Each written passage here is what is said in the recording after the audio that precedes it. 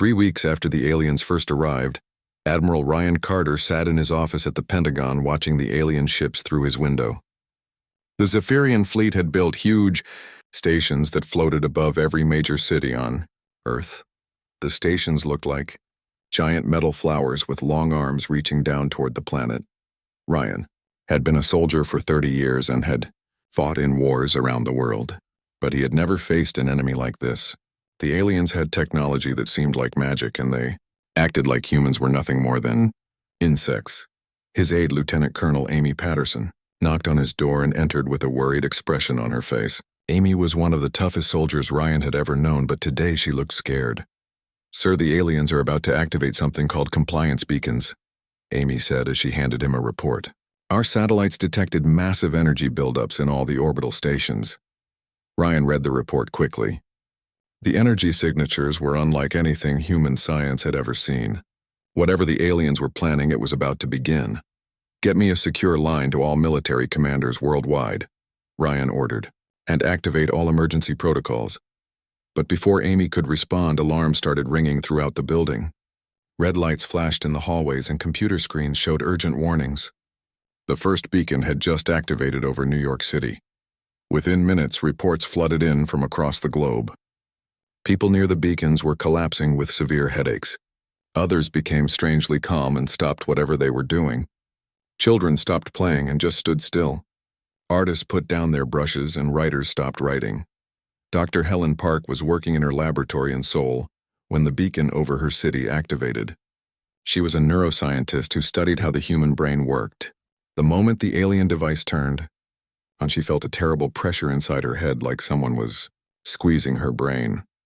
But instead of becoming calm like the other people around her, Helen felt something very different. The pressure in her head made her angry, very angry.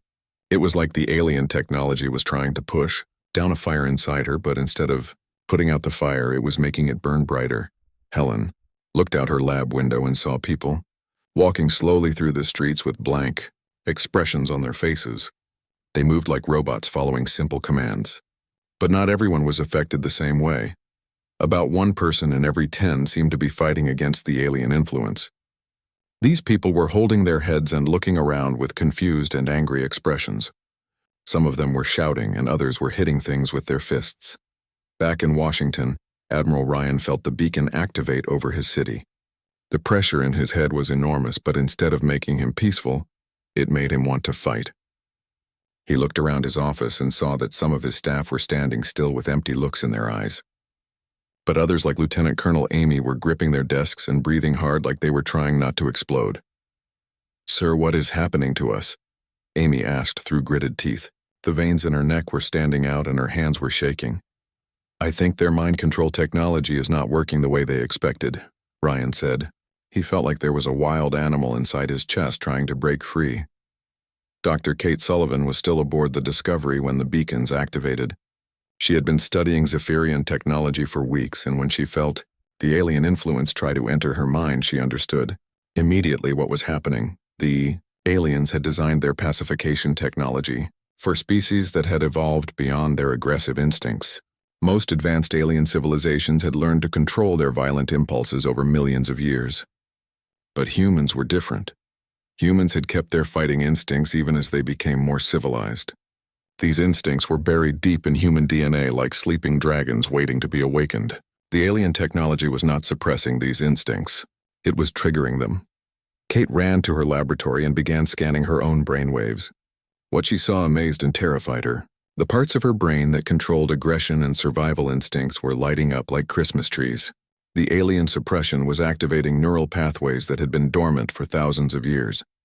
She immediately contacted Captain Jake Morrison, who was still pretending to cooperate with the aliens. Jake was on the bridge of his ship talking to Ambassador Keithvar when Kate's urgent message came through his private communicator. "Jake, the beacons are not making humans peaceful," Kate whispered into her transmitter. "They are making some of us into something else, something stronger and more dangerous."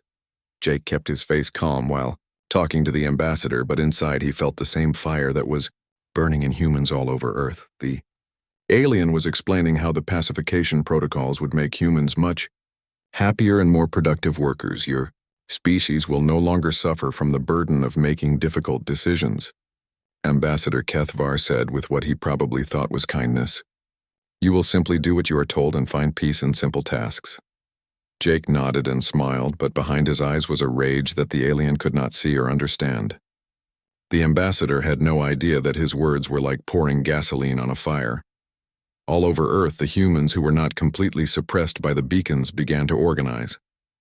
They found each other through instinct and started forming groups. In Texas, a rancher named Bill Cooper discovered that the beacon effects could not reach into certain underground caves. In Japan, an engineer named Yuki Tanaka found that specific radio frequencies could block the alien signals. Lieutenant Colonel Amy Patterson was leading a patrol through Washington when she realized that her entire squad was feeling the same burning anger. They were all part of the 10% who were immune to the pacification. Instead of being made peaceful, they were being made into warriors. Squad leader to all units, Amy spoke into her radio. Report your status. The responses came back from all over the city. About 90% of the military personnel were affected by the beacons and were now useless as fighters. But the remaining 10% were experiencing something unprecedented. They were stronger, faster, and more alert than they had ever been in their lives. Dr. Helen Park made another discovery in her soul laboratory. The humans who were immune to the suppression were not just resisting the alien technology. They were generating their own energy field that could free other humans from the pacification effect. She tested this theory by getting close to people who were under alien influence. When she concentrated hard and let her anger flow freely, the affected people would suddenly shake their heads and look around with clear eyes again. We are not just immune, Helen realized. We are the cure. This discovery spread quickly through secret communications networks that the resistance was building. Every freed human could become a beacon of freedom for others. The alien technology that was supposed to enslave humanity was instead creating an army of human liberators. Ambassador Kethvar reported to his superiors that the pacification protocols were working perfectly. He had no idea that millions of humans were now more dangerous than they had ever been before. The Zephyrians had made a fatal mistake, and they would not realize it until it was too late. The sleeping giant was not just waking up. It was becoming something more powerful than anyone had ever imagined. Captain Jake Morrison stood on the bridge of the ship called Discovery and watched the alien visitors walk onto his vessel. The aliens were tall and thin with skin that looked like crystal and reflected light in strange ways. Their leader was called Ambassador Kethvar, and he moved like he owned the entire galaxy. Jake held out his hand to greet the ambassador, but the alien barely looked at it. Instead, the ambassador looked around at the human crew like they were animals in a zoo. The translator device in Jake's ear made a soft beeping sound and then spoke the alien's words in English. Primitive species, very emotional. They will make good workers for mining and simple tasks. Commander Lisa Bradley stood next to Jake, and her face went red with anger when she heard the translation. But Jake touched her arm gently to keep her calm. They had to be smart about this situation. The Zephyrians had come to Earth 6 months ago in ships that were bigger than entire cities. They said they were peaceful and wanted to help humanity join something called the Galactic Confederation. But their idea of help was making humans into slaves who would dig metals and build things for other alien species. Earth's governments were scared because the alien technology was so much better than anything humans had. The alien ships could destroy entire countries in minutes, so the world leaders had no choice but to listen to their demands. But Jake was not just any ship captain. He had been a soldier before becoming an explorer. He knew how to fight, and he knew how to read enemies. The Zephyrians were making a big mistake, and they did not even know it. Dr. Kate Sullivan worked in the science section of the ship. She was very smart and had been secretly listening to alien communications for weeks. What she found out made her very worried and very angry at the same time. Kate found Jake in his private room later that day. She had dark circles under her eyes from staying up all night reading alien messages. Jake, we have a serious problem, Kate said as she sat down across from him. I have been studying their communications, and they think we are naturally weak and peaceful. Jake leaned forward in his chair. What do you mean? They studied our history, but they only looked at certain parts. They saw our peace treaties and our humanitarian work. They saw how we try to solve problems with talking instead of fighting. They think this means we cannot fight at all. Jake felt his jaw muscles tighten. They have no idea what humans are really capable of. Kate nodded and pulled out her tablet computer. Look at this message I intercepted. They are planning something called pacification protocols. They want to use some kind of technology to make us even more peaceful and obedient. The message on the screen was written in alien symbols, but the computer had translated it. Jake read the words and felt his anger growing. The aliens were planning to use mind control devices to make humans into perfect slaves. They think we are naturally submissive because we prefer peace over war. Kate continued. But they do not understand that choosing peace when you can fight is very different from being unable to fight at all. Jake stood up and walked to the window of his room. Outside, he could see the alien ships floating in space around Earth like giant metal vultures. The Zephyrians thought they had already won before the fight even started. They have never met humans who were pushed too far, Jake said quietly. They have never seen what happens when peaceful people are forced to become warriors. Over the next few days, Jake watched the aliens very carefully. Ambassador Kethvar acted like he was doing humans a favor by enslaving them. He spoke about how humans would be much happier doing simple work instead of trying to explore space or create new technologies. The ambassador brought Jake and his crew to visit one of the alien ships. It was huge and filled with technology that humans could barely understand. But Jake was not looking at the impressive machines. He was looking for weaknesses. The alien ship had no weapons inside the corridors.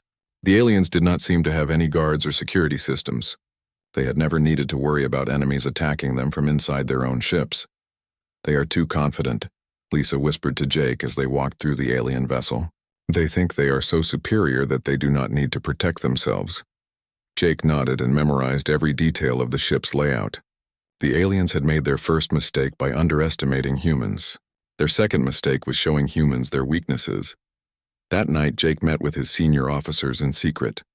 They used hand signals and written notes instead of speaking, because they suspected the aliens might be listening to their conversations.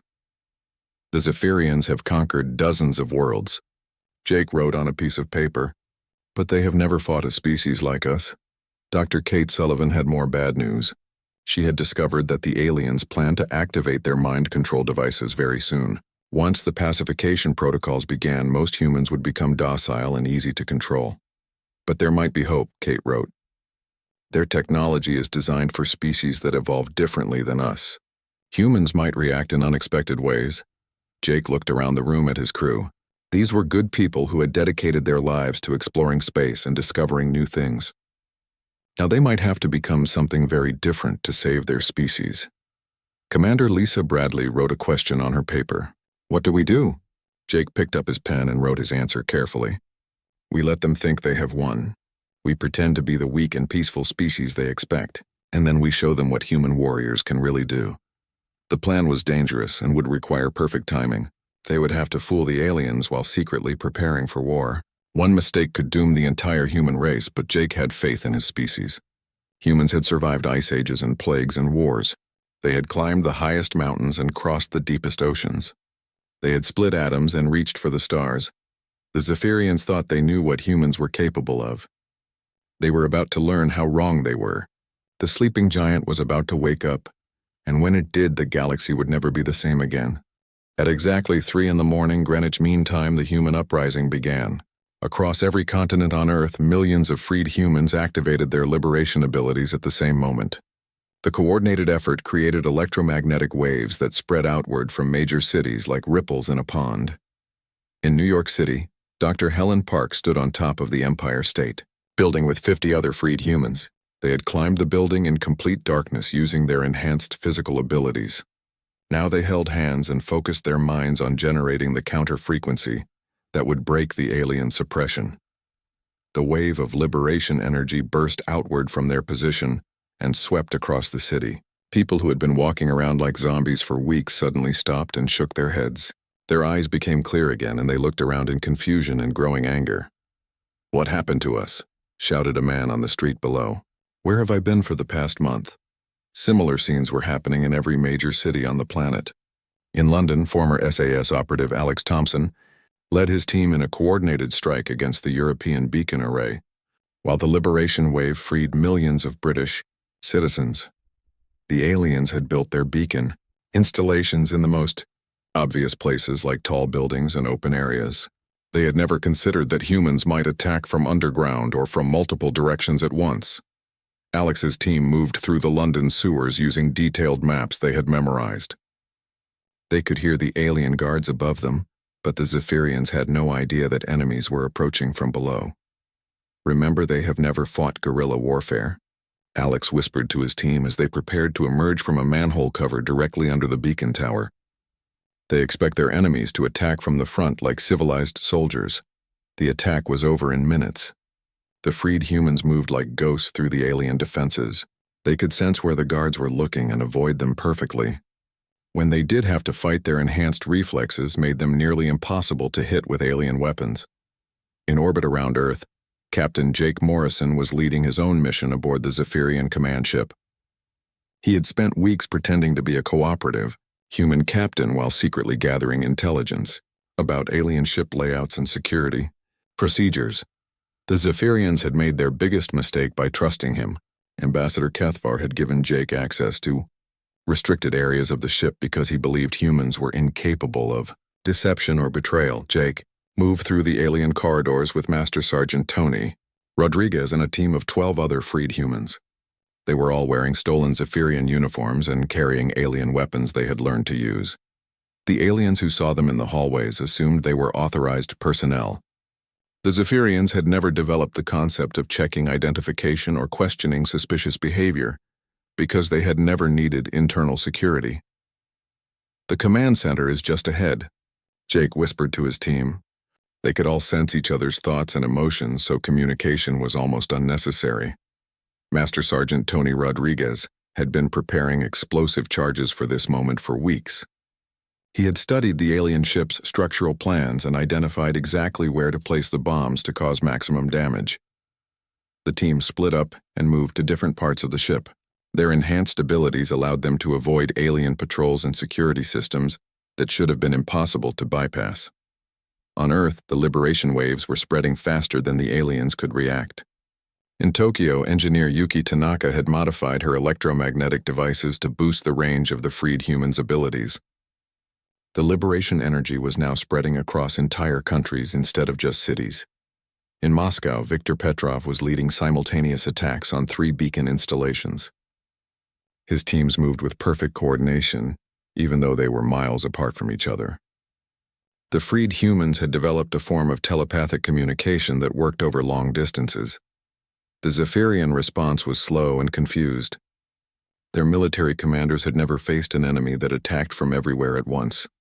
They kept trying to establish defensive perimeters, but the humans appeared and disappeared like shadows. Admiral Kethvar was in his private chambers when the attacks began. He had been sleeping in a regeneration pod that helped maintain his crystalline skin. The first he knew of the uprising was when alarms started screaming throughout his ship. "Report," he demanded as he emerged from his pod. His aide was a younger Zephyrian who looked terrified. "Sir, the humans are attacking our installations on the planet's surface, but that is impossible. Our pacification protocols show 90% effectiveness." Admiral Kethvar felt a cold fear in his chest. If the humans were capable of organized resistance, then everything the Zephyrians believed about them was wrong. "Increase beacon power to maximum levels," he ordered.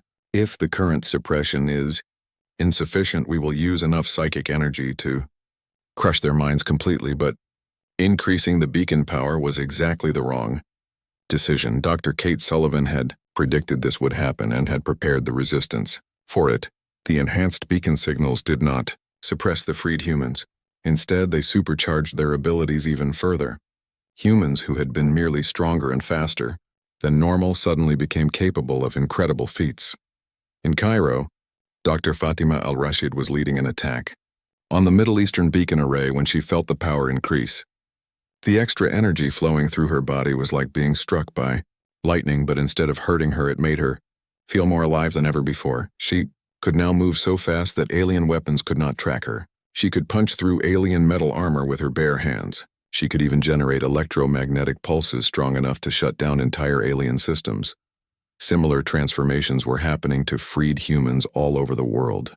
The species that the aliens had dismissed as primitive was evolving in real time into something beyond their comprehension. Captain Jake Morrison felt the power surge while he was planting explosives. In the alien command ship's engine room, the enhanced energy made his thoughts clearer and his movements more precise. He could now sense the location of every alien on the ship and predict their movements before they made them. He could hear conversations taking place on different levels of the vessel and understand alien languages without using a translator. "Tony, the charges are set," he communicated to Master Sergeant Rodriguez through thought alone. "We have 60 seconds before detonation." The team moved through the ship faster than should have been humanly possible. They could now leap across gaps that were dozens of feet wide and climb vertical surfaces like spiders. The explosions began just as they reached their escape pods. The alien command ship shuddered and began losing power as critical systems failed throughout the vessel. On Earth, the beacon installations were falling one after another. The aliens had built their defenses to stop conventional human armies. But they had no answer for enhanced humans who could appear anywhere and strike without warning. In Washington, Admiral Ryan Carter was coordinating the global uprising from a bunker deep underground. Reports were coming in from every continent, and they were all positive. The human resistance was not just winning, they were dominating. "Sir, we are receiving surrender requests from several alien installations," Lieutenant Colonel Amy Patterson reported. "They are asking for mercy." Admiral Carter felt a mixture of satisfaction and anger. These were the same aliens who had planned to enslave the entire human race, and now they were begging for mercy. "Tell them they will receive the same mercy they planned to show us," Carter replied. Unconditional surrender or total destruction. The war that the Zephyrians had thought would be a simple conquest had become their worst nightmare. The humans they had underestimated were proving to be the most dangerous enemy the galaxy had ever seen. And the uprising was just the beginning. The resistance started small but grew fast. In underground caves in Texas, rancher Bill Cooper taught other freed humans how to avoid the beacon signals. The caves were deep enough that the alien technology could not reach them, and they became perfect hiding places for planning attacks. Bill had been a simple cattle rancher before the aliens came. Now he was leading a group of 50 fighters who had all been changed by the failed pacification. They were stronger than normal humans and could sense each other's thoughts when they were close together. "The aliens think they made us weak," Bill told his group as they gathered around a campfire deep underground. "But they did the opposite. They made us into something they have never faced before." In Japan, engineer Yuki Tanaka had made an important discovery about the alien technology. She found that certain electromagnetic frequencies could not only block the beacon signals but could also boost the abilities of the freed humans. Yuki built small devices that looked like ordinary radios but actually created protective fields around groups of resistance fighters. When humans wore these devices, they could move through areas with strong beacon signals without being affected. But the devices did more than just protect. They also made the freed humans even stronger and faster. Their reflexes became superhuman, and they could coordinate their actions perfectly without speaking to each other. In Russia, former Spetsnaz operative Viktor Petrov organized the first successful attack on a beacon installation. Viktor had been one of Russia's best special forces soldiers before retiring. When the beacons activated, he felt the familiar rush of combat readiness but amplified beyond anything he had ever experienced. Viktor's team of 12 fighters approached the beacon tower at night. The structure was heavily defended by alien technology, but the Zephyrians had made a crucial mistake. They had designed their defenses to stop conventional human weapons and tactics. The freed humans did not fight like conventional soldiers. They moved like a pack of wolves with perfect coordination. They could sense where the alien sensors were pointed and avoided them instinctively. They could hear the electrical hum of alien weapons and knew exactly when to dodge. The attack took only 20 minutes. Viktor's team destroyed the beacon and escaped without a single casualty. More importantly, they proved that the alien technology could be defeated by humans who had been transformed by the failed pacification. Dr. Helen Park in Seoul made the most important discovery of all. She had been studying the neural changes in freed humans and found something amazing. The humans who were immune to pacification were not just getting stronger. They were developing entirely new abilities. Helen could now sense the emotions and thoughts of other freed humans from miles away. She could also generate electromagnetic pulses with her brain that would shut down alien electronics. Other freed humans were showing similar abilities, but each person was different. Some could move much faster than normal humans. Others could lift objects that should have been too heavy for them. A few could even see in complete darkness or hear sounds from very far away. "We are evolving," Helen wrote in her secret research notes. "The alien technology is not just failing to suppress us. It is activating dormant parts of our DNA and making us into something new." Captain Jake Morrison was still aboard the Discovery, pretending to cooperate with the aliens. But secretly, he was coordinating with resistance cells all over the world. The Zephyrians trusted him because they thought humans were naturally obedient and would never lie to their superiors, Ambassador. Kethvar had become even more confident as reports came in that most humans were now pacified and ready to begin their new roles as workers. He had no idea that the 10% who were immune were organizing a rebellion. "Your species is adapting very well to the integration process," the ambassador told Jake during one of their daily meetings. "Soon we will begin relocating human populations to more suitable work environments." Jake knew that work environments meant slave labor camps on alien worlds. The ambassador was talking about shipping humans across the galaxy like cattle. Jake kept his expression neutral, but inside he was planning how to kill every alien on the ship. Commander Lisa Bradley had been mapping the layouts of all the alien ships in the fleet. She discovered that the Zephyrians had never developed proper internal security because they had never needed it. Their ships were designed to keep enemies out but had no defenses against enemies who were already inside.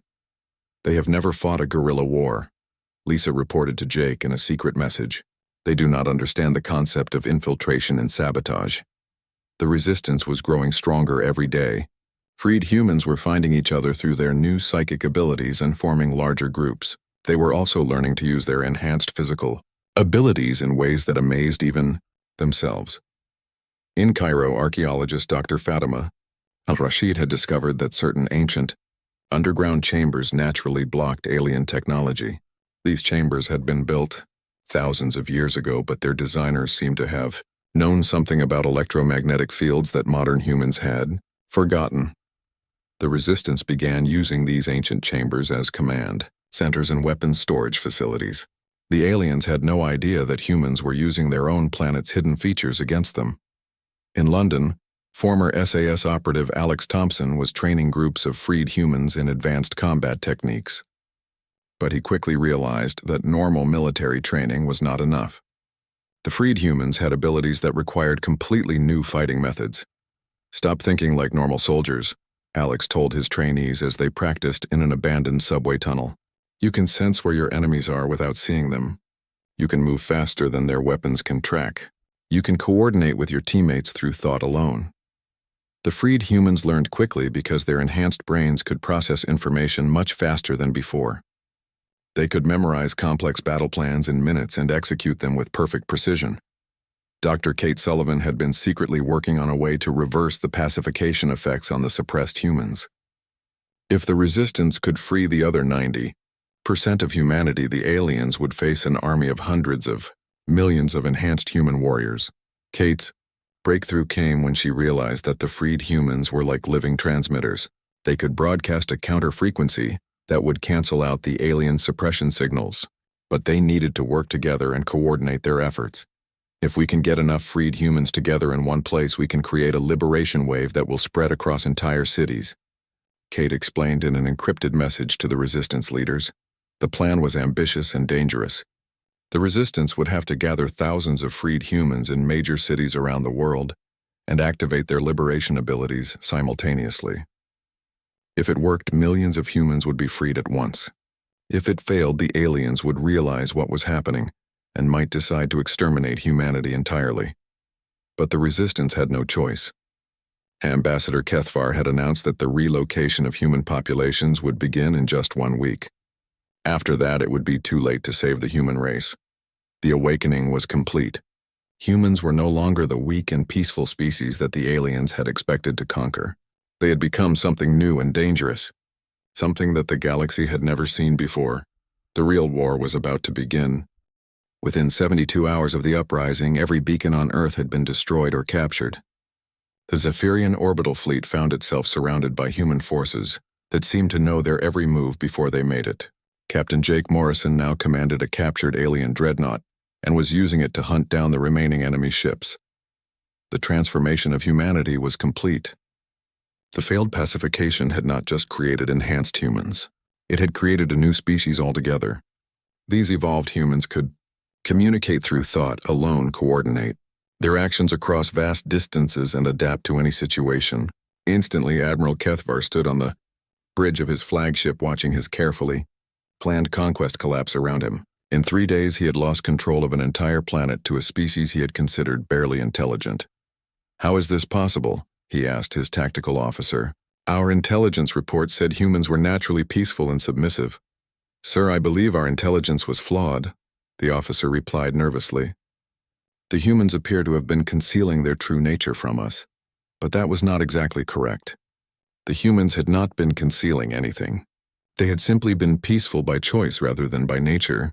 When that choice was taken away from them, their true capabilities had emerged." Dr. Kate Sullivan was now working aboard the captured command ship, with access to the entire Zephyrian database.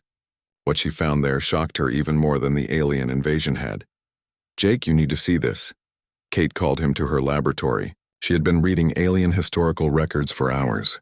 The Zephyrians have done this before to dozens of other worlds. Jake looked at the alien text scrolling across Kate's screen. The translation software showed him the names of species and planets he had never heard of. All of them had been conquered using the same pacification technology that had failed on Earth. "They call it the Compliance Protocol," Kate continued. "They have used it to enslave entire civilizations across the galaxy. But Earth is the first world where it did not work as intended." Jake felt his anger growing as he read about world after world of beings who had been turned into mindless workers for the Zephyrian Empire.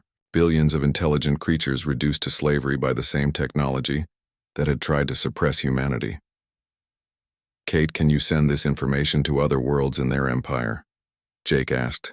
If other species knew what the Zephyrians were really doing, maybe they would rebel too. Kate's enhanced brain was already working on the problem. With her new abilities, she could process information and solve technical challenges at incredible speed. "I can do better than that," she said with a smile that would have terrified the aliens. "I can modify their own communication system to broadcast the liberation frequency that frees minds from pacification."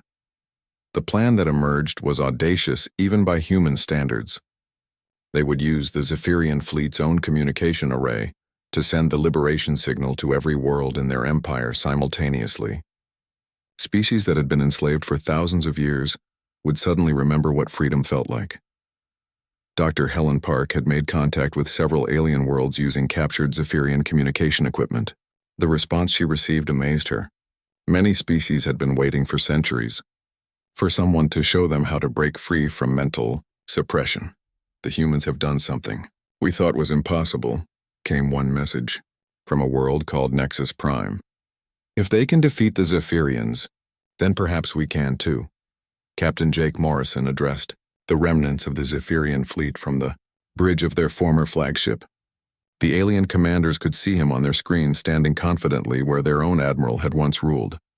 "People of the Zephyrian fleet," Jake began, "you came to our world believing you were superior to us. You thought our desire for peace made us weak. You were wrong about everything." Admiral Kethvar watched the human speak and felt fear unlike anything he had ever experienced. This creature that he had dismissed as primitive now commanded Zephyrian ships and spoke with the confidence of a born conqueror. "Your empire was built on lies and slavery," Jake continued. "You convinced yourselves that you were helping lesser species by suppressing their free will. But we know the truth. You were afraid of what they might become if they were allowed to remain free." The liberation signal began broadcasting to every corner of the galaxy. On world after world, suppressed beings felt the mental chains that had bound them for generations suddenly break. The rigid hierarchical system that had maintained Zephyrian control for millennia crumbled in a matter of hours. The revolution spread like wildfire across the galaxy.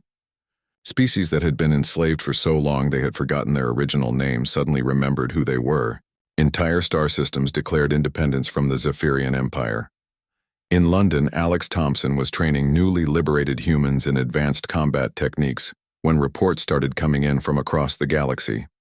Alien species were sending messages of gratitude to Earth and asking for help in organizing their own rebellions. "The humans have given us hope," read one message from a species called the Corvani. "For the first time in 1,000 years, we believe freedom is possible." The war that had started as an alien conquest of Earth had become a galactic revolution for freedom. Humanity had not just saved itself. It had inspired the liberation of countless worlds. Admiral Ryan Carter found himself serving as Earth's representative to what was being called the Free Worlds Alliance.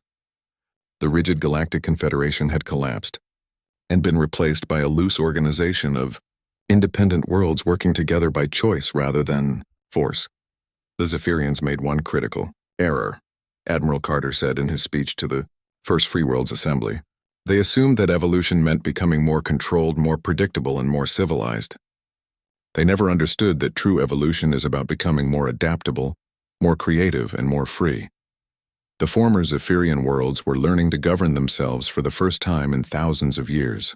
Some struggled with the concept of individual choice after generations of mental suppression, but humans were there to help them remember what freedom meant. Dr. Fatima al-Rashid had become an expert on liberating suppressed populations. She traveled from world to world teaching other species how to overcome the psychological effects of long-term mental control. Freedom is not just about breaking physical chains, she would tell her audiences. It is about remembering that you have the right to think your own thoughts and make your own choices. Captain Jake Morrison was promoted to Admiral of the Free Worlds Fleet. His flagship was the former Zephyrian dreadnought that he had captured during the uprising, but he had renamed it the Liberation, and its mission was to protect newly freed worlds from any remaining Imperial forces. The galaxy had learned an important lesson about underestimating humanity. The species that had seemed weakest had proven to be the strongest of all, not because they had superior technology or overwhelming military force, but because they had never forgotten the value of freedom. Standing on the bridge of his ship and looking out at the stars, Admiral Jake Morrison reflected on how much had changed. Humanity had gone from facing extinction to leading a galactic revolution in less than 6 months. They thought we were passive, he said to Commander Lisa Bradley, who now served as his second in command. They thought our love of peace meant we could not fight. They learned the hard way that choosing peace and being unable to fight are completely different things. The Free Worlds Alliance was growing, stronger every day as more species threw off the chains of imperial control. Earth had become the symbol of successful resistance, and humans were welcomed as heroes on worlds across the galaxy. But perhaps the most important change was in humanity itself. The failed alien pacification had not just enhanced human abilities. It had shown humans what they were truly capable of when they worked together for a common cause. The species that had once fought wars among themselves over small differences had united to fight for the freedom of the entire galaxy. They had proven that evolution was not about becoming more controlled or predictable. It was about becoming more free. The Zephyrians had wanted to make humans into perfect slaves. Instead, they had created perfect liberators, and the galaxy would never be the same.